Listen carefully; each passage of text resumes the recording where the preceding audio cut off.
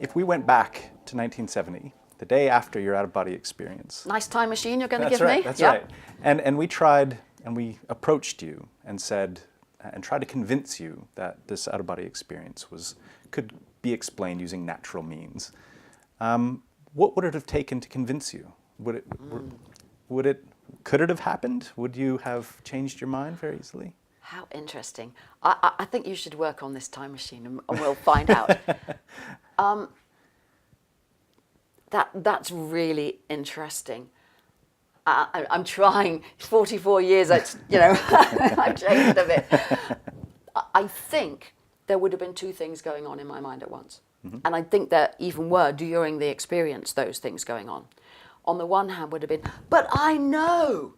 You don't understand. You don't understand how real it was. How can you possibly? This is so important to me, sure. and it means so much to me. And simultaneously would have been going on, but there has to be an explanation. What's going on? I've always been a scientist in the broadest sense since I was a kid. How does that work? What's this doing? How's this fire? How could I? And that would have been going on as well. I think if you'd approached me as perhaps some of the worst members of the skeptical community would be like, oh, that's rubbish, then I would have been absolutely against it. But if you'd come along and said, well, could it be there's something in the brain? Could it be? I'd have been thinking, could be. I might have been frightened because the day after I was so confused. I think you'd have to come a week later when I'd sort of calmed down a bit. But in a way, when people have these very dramatic experiences, and I've met lots of people who have, you feel threatened if somebody tells you it's not what you thought. And if you are a sort of rigid, closed-minded kind of thinker, and when you've had this extraordinary experience, you snap onto your own explanation, then it's very, very hard. You feel frightened when people say, yes, but it's happening in the amygdala or the prefrontal cortex or whatever. Then you go, no. But if you're more open-minded, if you're good at thinking, if you're good at asking questions, if you're good at exploring possibilities, then I think it's much easier. And if the person confronting you is also like that, let's explore this together. How did it really feel? And then what happened? And take an interest. Then I think I would have responded quite well to you and been, hey, he might be my saviour. Let's go and find out. Right. But I didn't have a saviour.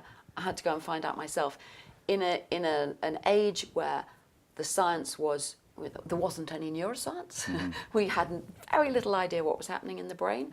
The paranormal stuff out there in the New Age and the Age of Aquarius and all that stuff, the end of the 60s, was like a world apart. And that's why it's taken me a lifetime, I would say, to bring together extraordinary experiences and neuroscience. So a lot of people who are going to be watching these videos and taking this course would have had something similar, some vivid experience that they can't really explain. We've done these sort of questionnaires in this course and in others where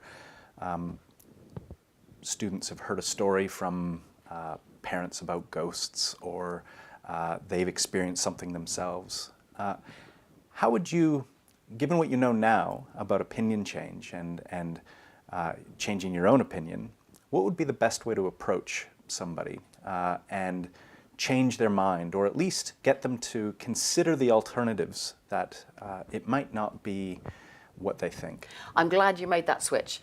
I don't go at anyone who's had an extraordinary experience, I want to change their mind, unless they are just so rigid I despair and I think I don't want it to have anything to do with it, But for most of the people I've met, so many have had an experience they can't understand and they don't know what to do with it.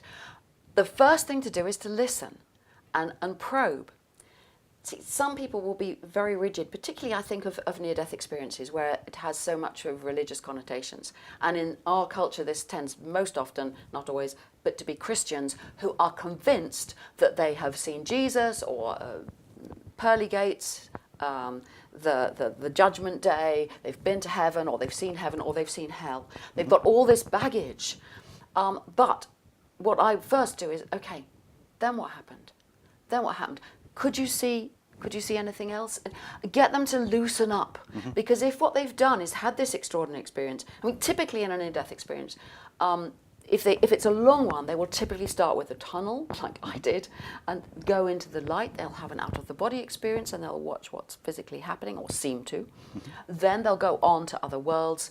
After that, it becomes dependent on your culture and your upbringing. So if they are a religious person, Muslim or Hindu, whatever it might be, or a Christian, they kind of know where they are, and they've set their own experience in that box. So part of my job is to actually get them to remember other things. Well, what did these pearly gates look like? Were they really gates? Or, what else could you see around? And very often then they'll come up with all sorts of other stuff which they haven't really thought about, which will help them to... The point is I'm grounding it in what really happened, because I want to know, because I'm always thinking, what's going on in their brain? Where is this relating to, what's happening in the temporal lobe? What's happening in the visual cortex, where we know the tunnels are generated? What kind of tunnel was it?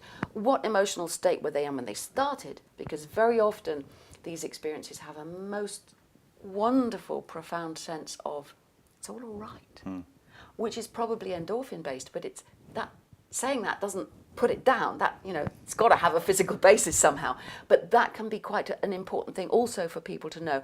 It is possible as a human being on this earth, without God, spirits and everything else, to know that it's all right and you're all right. And it's okay. So I sort of like to help people just to talk about the experiences. Sometimes that will lead them to their own interest and their own inquiry, and they'll go off and read stuff and they'll talk stuff, and I, let them do that. Other times they'll just reject it and go, yeah, well, I know I saw Jesus, and okay, I might want to, but it's not going to work. There's no point. I'd rather people use their experience as the basis to go and try and understand themselves and the world than I would try to change their mind to the truth. We don't know the truth. We know little bits. We know a lot. We know as much as we can know that nothing leaves the body in these experiences, that there is no spirit, no soul, and so on. But there's so much more to find out. So I can't do it myself. So these people who've had these experiences, actually, they're important, and they're the ones who can explore more and find out more. Yeah. One of the real sort of knee-jerk responses with opinion change is just to remain passive and unconvinced, right? Yes, I know what you're telling me, but that's fine. I'm going to continue my merry way and not do much about it. Yeah. And we're trying to provide students with the tools specifically to look at the data, right? And to try not to remain passive and unconvinced. Figure out what it would have looked like, in other sorts of scenarios where it didn't happen just the way that it did in yours. I think this is absolutely foundational to being a good thinker. That reminds me of two things. One's a bit depressing. It's when I used to do interviewing for admissions to the university in the psychology degree, and I would set some kind of challenging scenario as purely hypothetical. What if it turned out that, black people can't do this, or some challenging thing? I'm not saying it's true that it's not. I'm just saying, suppose it did, what are the possible explanations? Now, the good student, the one I'm going to admit, says, well, I don't think it's true, but if it were, it could be because of their upbringing, it could be because of whatever, it could be, how would I find out, blah, blah, blah, blah. Yeah. And the student I'm going to say no is going to go, but that's not true, but that's wrong, how could you say that, blah, blah, blah, blah. And that's sort of the rigidity. Yeah. But it also makes me think more about the kind of paranormal things that we're thinking about and the strange experiences that people have. The student I would want, the student I would enjoy would go, well, I think that this happened, and but hang on a minute, okay, it's emotionally difficult, it's challenging to me, I don't like it, but let me imagine a purely mechanistic explanation. Let me imagine an explanation in terms of a religion that I don't know much about or isn't mine. Let me imagine, and they would actually be willing, despite it hurts, I don't like this, to do that. Now, I've had a lot of experience in my life of that anguish. I mean, the world's a simple place if you know how it works. And I'm in here, I'm me, this is who I am, this is what I do, that's how the world, it's a simple place. It's horrible, it doesn't work as a life strategy, but you feel you're going to be safe that way. Yeah. Now, you can imagine me having started out with all these beliefs, I mean, I honestly believed that out there is this great psychic field and that I was going to be the great heroine of science who was going to change the world forever because I'd prove once and for all there are paranormal phenomena. There aren't any, you know. This was not a comfortable time for me. It was horrible. I'm wrong. Now, also imagine me. I mean, not only with my crystal ball and my tarot cards, but I suppose I've got coloured hair still. There's a bit of that left. But, you know, the late 60s, early 70s, wafty clothes and headbands and, wow, peace, man, and, you know, all that. And, you know, everything about my life was like that. Yeah.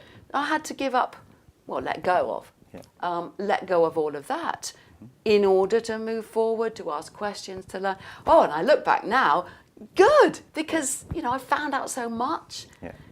Also, all that led me to exploring a whole lot of different things. And the only one that stuck was meditation. And I've been training in Zen for 30 years. And that is also training in flexibility, letting go, openness to experience, openness to different explanations. And that training goes along very, very well with the scientific mind that asks questions and doesn't take the first theory I come up with as the truth, and that's it. Yeah. So the goal of the course is to improve people's everyday thinking. Do you have any recommendations for how people in the course might improve their everyday thinking? Yes. Start with your intuitions. Watch yourself. Feel those intuitions coming up and question them. Because some of your intuitions will be fine. I think if I lean on here, it'll be fine. But some of your other intuitions, I'm in here looking out through my eyes. I know what that is. That person's nice, but a lot of your intuitions won't be. So question your intuitions and be willing to give them up if there's a good reason to do so. And that's hard, but yes, throw out some of those intuitions. My name is Sue. I think about consciousness.